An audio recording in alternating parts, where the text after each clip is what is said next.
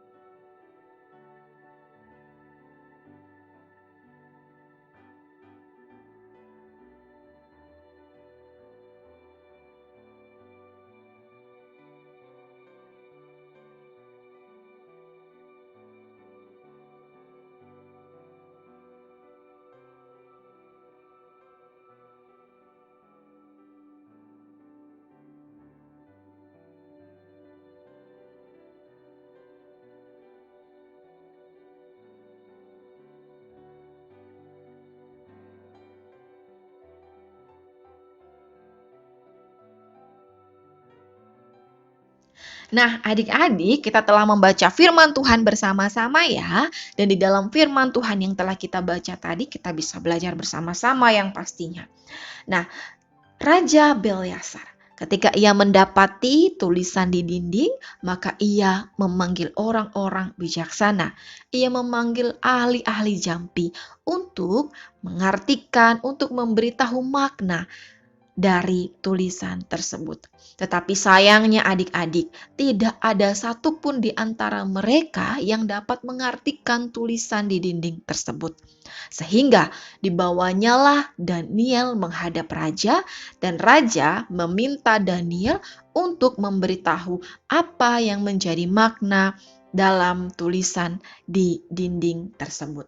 Nah, sebelum Daniel memberitahu apa yang menjadi makna dalam tulisan di dinding tersebut, Daniel senantiasa mengingatkan Raja Belshazzar adik-adik untuk sebenarnya harus belajar dari kehidupan Raja Nebukadnezar ayahnya.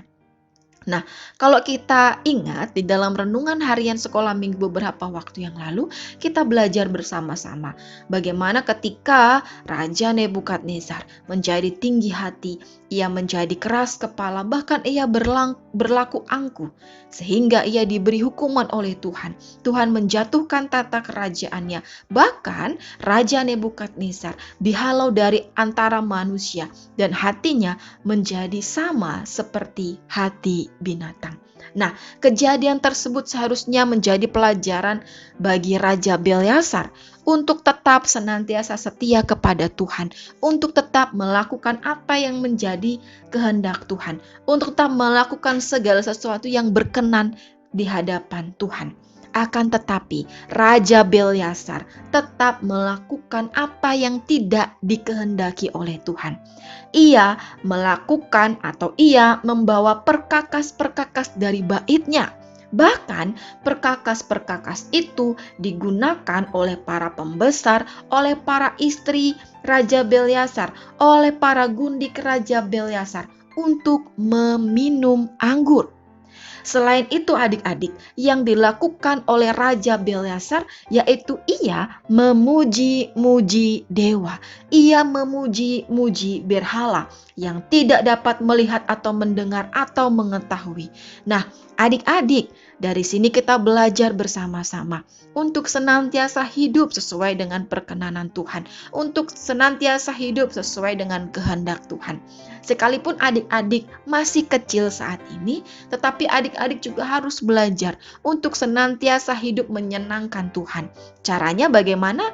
Caranya yaitu dengan menaati segala perintah Tuhan. Dan dari mana kita bisa mengerti perintah Tuhan? Yaitu dengan cara kita membaca Alkitab. Kita harus membaca firman Tuhan.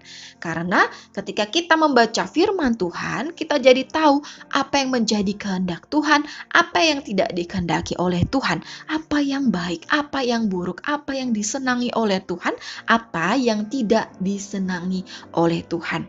Mungkin di antara adik-adik bertanya ataupun berkata kepada Lause, kami ini masih kecil Lause, belum bisa baca, jadi bagaimana mau membaca firman Tuhan? Nah, ketika adik-adik mengatakan demikian, ketika adik-adik mengakui bahwa adik-adik belum bisa untuk membaca nih, adik-adik bisa mendengarkan firman Tuhan seperti video renungan harian sekolah minggu yang diupload setiap hari. Itu akan menolong adik-adik untuk mengerti akan firman Tuhan, menolong adik-adik untuk terus bertumbuh menjadi anak-anak yang semakin mengenal Tuhan, menolong adik-adik untuk hidup sesuai dengan kehendak Tuhan.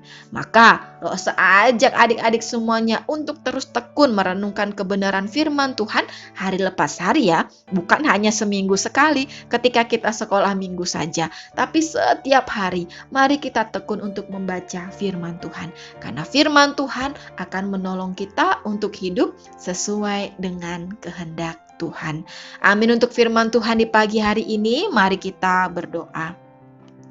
Tuhan Yesus, terima kasih untuk firman-Mu yang kembali lagi mengingatkan kami, untuk kami senantiasa menjadi pribadi-pribadi, menjadi anak-anak yang harus senantiasa hidup sesuai dengan kehendak Tuhan.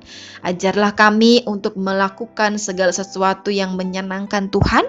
Ajarlah kami untuk senantiasa terus melakukan segala sesuatu yang berkenan di hadapan Tuhan. Kendati kami masih kecil, tapi kami mau belajar dari sekarang untuk hidup sesuai dengan kehendak Tuhan. Terima kasih ya Tuhan Yesus, inilah yang menjadi doa kami. Dalam nama Tuhan Yesus Kristus kami sudah berdoa. Amin.